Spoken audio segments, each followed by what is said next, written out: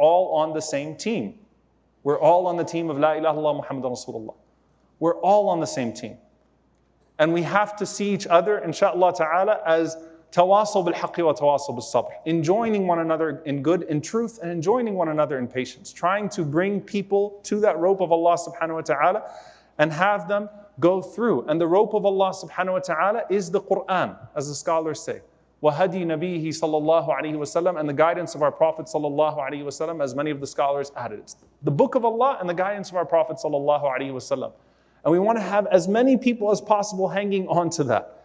And one of the promises that we are seeking to make to people is that if they prioritize Allah and the Messenger sallallahu alayhi wa sallam, then it sorts out the worldviews, it sorts out the differences. It doesn't stop making us human. It doesn't stop making us differ altogether, but it does unite us around a purpose that is greater and that cannot be exploited by corrupt people and evil people. And so you stop seeing your brothers and sisters as teams. You stop seeing that, anytime, and it could be something as small as your WhatsApp group, it could be something as big as whatever it is on social media. Anytime this person says something, I don't care if it's good, I'm going to disagree because that person is not on my team. And anytime someone on my team says something, I'm going to support it. This is exactly the Jahiliyyah the Prophet ﷺ condemned. Unsur akhaka zaliman wa mazloom. Support your brother, whether he's oppressed or whether he's an oppressor. How do we support the oppressor? Stop him from oppressing. He's still your brother, you're still on the same team. Stop him from oppressing. But your goal is to have as many people holding on to this rope as possible. Some of the people, some of the scholars mentioned that sometimes, subhanAllah, when you do the opposite of nasiha, when you start to offend someone and you start to come really aggressive at someone, you might make their opinion worse than it already is. Someone's still within the red line, and then because you're lobbing shots at them and you're fighting each other and yelling at each other and calling each other names, that person might say something that's going to take them out just because they're mad at you and just because of the heat of the argument. Shaykh al-Sha'rawi, rahimahullah, said something beautiful about the rope of Allah subhanahu wa ta'ala. He said, if you're trying to kick someone off the rope of Allah, it's like you got your brother or sister hanging on by a thread, and you're trying to stomp them off of the rope of Allah subhanahu wa ta'ala and kick them into hellfire. What's the difference between you and the shaitan? Trying to get as many people kicked off as possible, into hellfire as possible? That's not who we are. It's not who we are.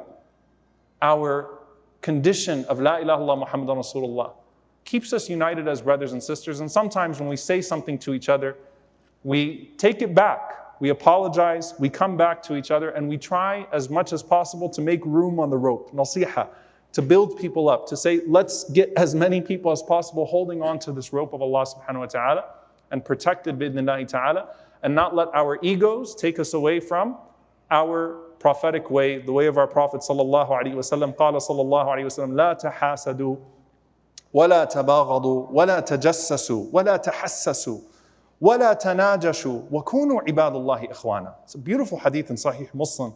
He said, sallallahu alaihi wasallam, don't envy one another, don't hate one another, do not spy on one another, don't go fishing around on one another, and do not become people that raise prices on one another and try to exploit one another, but instead be ibadullahi ikhwana.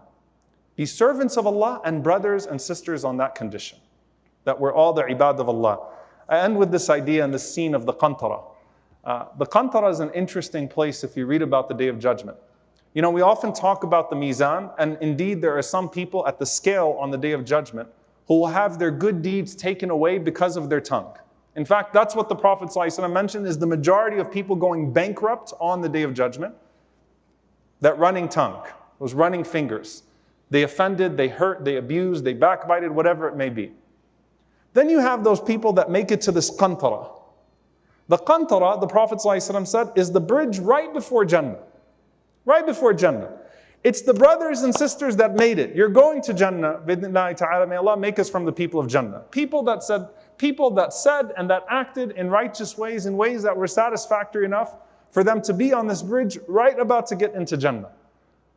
Then some of them have hard feelings towards one another.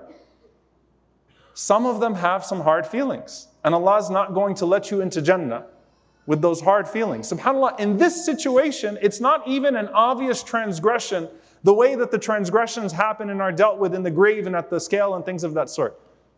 It's the brothers and the sisters that used to always go at it.